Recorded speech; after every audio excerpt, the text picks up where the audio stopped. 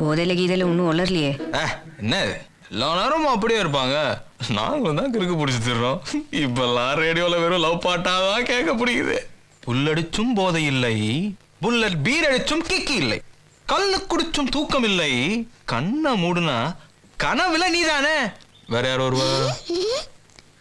சூப்பர்ப்பா, நீ இந்த மாதிரி பேசுற பார்த்தே இல்லப்பா. அண்ணன் அந்த பிளேட் பேசு. போடா. ஆமா, ஒரு வேலை முடிஞ்சு கழித்து விட்டுருவே.